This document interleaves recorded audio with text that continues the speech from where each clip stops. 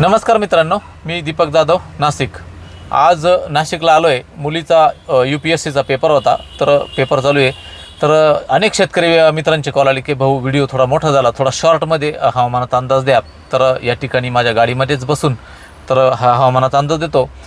मित्रांनो बघा, आज 25 तारीख, आज देखील दुपारनंतर ठिकठिकाणी थोड्याफार स्वरूपाचा पाऊस हा राज्यामध्ये होऊ शकतो। मात्र कोल्हापूर, सातारा, सिंधुदुर्ग, सांगली ह्या भागामध्ये आजही पाऊस चांगला होईल।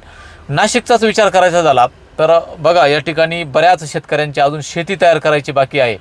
तर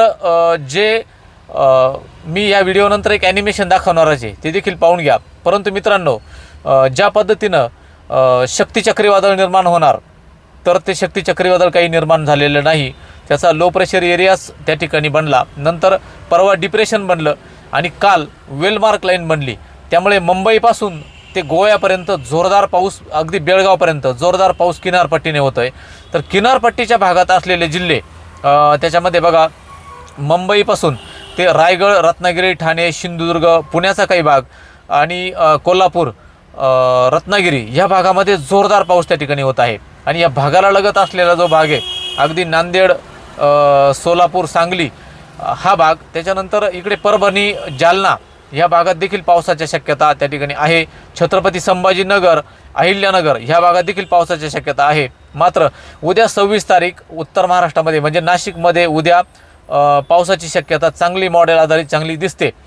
26, 27 आणि 28 ह्या 3 दिवस पावसाच्या शक्यता त्या ठिकाणी दिसतात। त्याच्यानंतर 29 नंतर इंटेन्सिटी कमी होते। 30 तारखेनंतर बराचसा पावसाचा प्रभाव किंवा जे वेलमार्क लाईन बनली होती तिचा प्रभाव हा कमी होऊन जाताना त्या ठिकाणी आपल्याला दिसतोय। कमी झाल्यानंतर 1 तारखेनंतर या डिप्रेशनचा प्रभाव नष्ट होईल। मात्र मान्सूनची दस्तक ही महाराष्ट्रापर्यंत येते। परंतु मित्रांनो बघा, मॉडेल आधारित असं दिसतंय की मान्सून साधारणपणे जरी मुंबईकडून जोरदार ढग वाहतील, परंतु मान्सून हा लगेचच जोरात पाऊस सुरू होणार नाही। त्यामुळे आपण 29-30 तारखेपासून ते 7 जूनपर्यंत त्या ठिकाणी तुम्ही जमिनी तयार करणे, बेड पाडणे, कापूस टाकणे किंवा कपाशी पेरणे किंवा शिमला मिरची, टोमॅटो लागण ह्या कामं त्या ठिकाणी करून घ्या। हा एक अंदाज या ठिकाणी लक्षात देतो। आज शॉर्ट अंदाज दिला, त्या ठिकाणी कुठल्या पॅनल समोर किंवा टीव्हीच्या बोर्ड समोरून बोलून मी हा अंदाज त्या ठिकाणी देत नाही। त्यामुळे हा अंदाज सगळ्यांनी त्या ठिकाणी लक्षात घ्या। आणि त्याच्यानंतर पुढचं जे ॲनिमेशन आहे ते ॲनिमेशन देखील पाहून घ्या।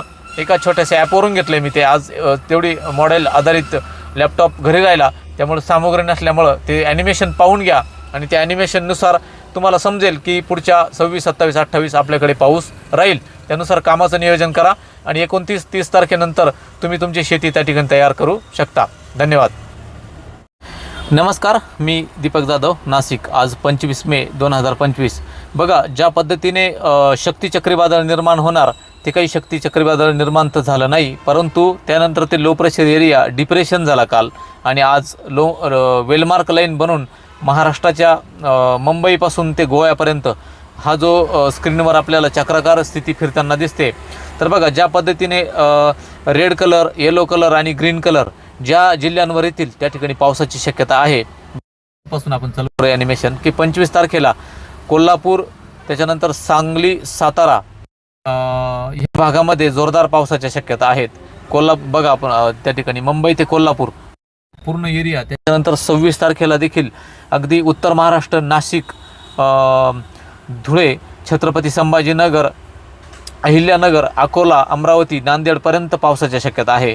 ॲनिमेशन बघा तुम्ही, काही हे ॲनिमेशन याकरता टाकलं की बऱ्याच शेतकऱ्यांनी सांगितलं की शॉर्टमध्ये अंदाज द्या। तर बघा, त्या पद्धतीने 26, 27 आणि 28 तारखेपर्यंत हा डिप्रेशन किंवा वेलमार्क लाईन ही ह्याच ठिकाणी चक्राकार स्थितीने फिरताना दिसते। आणि चक्राकार स्थिती फिरते तेव्हा लो प्रेशर एरिया तयार होतो आणि ह्या ठिकाणी पावसाची शक्यता दिसते।